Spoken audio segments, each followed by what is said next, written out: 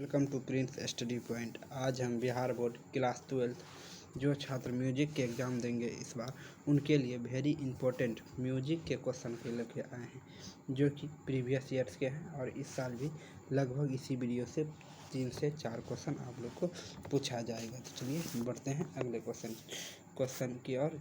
जो हमारा आज का पहला क्वेश्चन है कि धमाल तार में कितनी मात्रा होती है। तो धमाल तार में कितनी मात्रा होती है, तो इसका सही आंसर क्या होगा। तो इसका सही आंसर है कि धमाल तार में 14 मात्रा होती है, यानी यह 3 नंबर। तो चलिए बढ़ते हैं अगले क्वेश्चन की ओर, जो कि हमारा 2 नंबर क्वेश्चन है कि सबसे यहाँ दिया है सबसे सोमू यानी सबसे छोटे, यहाँ मिस प्रिंटिंग हो गया है, यहाँ पे सबसे छोटे समूह जिससे राग की पहचान होती है, ये गलत हो गया, यहाँ पे राग होगा कि राग की पहचान होती है वह कहलाती है, क्या कहलाती है, तो वह कहलाती है पकड़, क्या पकड़, यानी 2 नंबर। तो चलिए बढ़ते हैं अगले क्वेश्चन की ओर, जो कि हमारा 3 नंबर क्वेश्चन है कि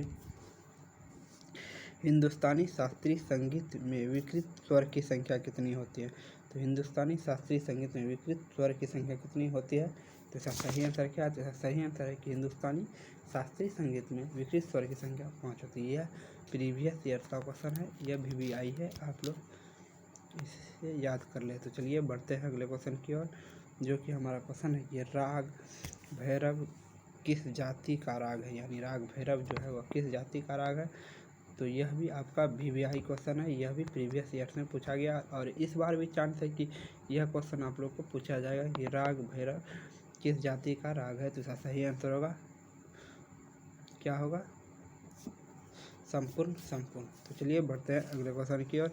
उससे पहले हमारे चैनल को आप लोग सब्सक्राइब कर दीजिए और कमेंट कीजिए कि आप लोग को किस सब्जेक्ट की तैयारी कर रहे हैं और किसका आप लोग को क्वेश्चन चाहिए, क्योंकि बहुत सारे स्टूडेंट हमारे वीडियो को देख लेते हैं पर चैनल सब्सक्राइब नहीं करते हैं, जिससे कि हमारा मोटिवेट हम लोग कम हो पाते हैं और आपकी लोगों के लिए अच्छे वीडियो लाने का प्रयास करते हैं। तो चलिए बढ़ते हैं क्वेश्चन की ओर, जो कि हमारा 5 नंबर क्वेश्चन है कि एक ताल में कितनी तालियां होती है। तो एक ताल में कितनी तालियां होती है, तो इसका सही आंसर क्या है। तो इसका सही आंसर है 4 तालियां, कितनी, 4।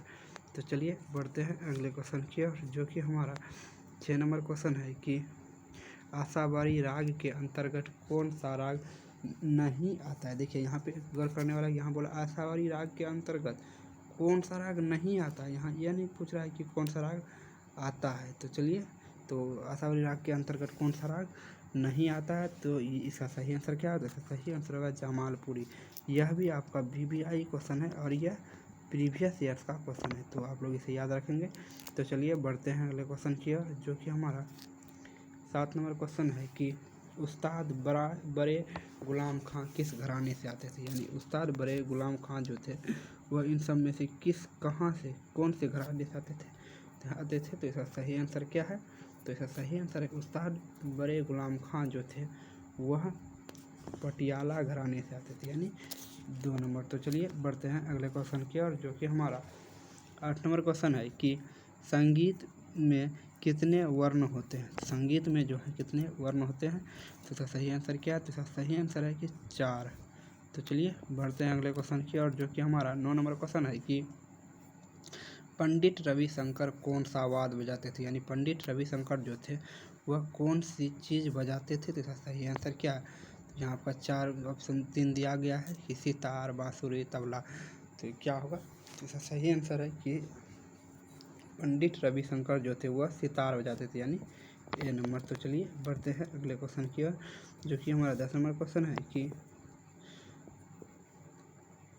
तराना का विधा का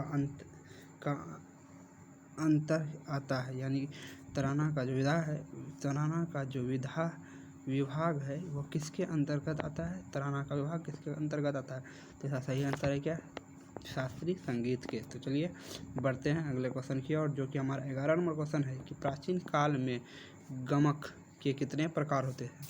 यह आपका VVI क्वेश्चन है, क्योंकि यह प्रीवियस ईयर्स में 2 बार पूछा गया है। तो प्राचीन काल में गमक के कितने प्रकार होते थे, तो इसका सही आंसर क्या है। तो इसका सही आंसर है 15 प्रकार। तो चलिए बढ़ते हैं। यहाँ पे कंफ्यूज कर सकता है कि ये वर्तमान में नहीं पूछ रहा है। अगर यहाँ पे वर्तमान में पूछेगा तो इसका कुछ और होगा। तो प्राचीन में गमक के कितने प्रकार होते थे? तो 15। तो चलिए बढ़ते हैं अगले क्वेश्चन की ओर, जो कि हमारा 12 नंबर क्वेश्चन है कि राग विहाग की जाति क्या है? यानी राग विहाग जो है उसकी जाति क्या है? तो इसका सही आंसर क्या है? तो सही आंसर है कि संपूर्ण जाति से राग विहाग आता है कि ठीक।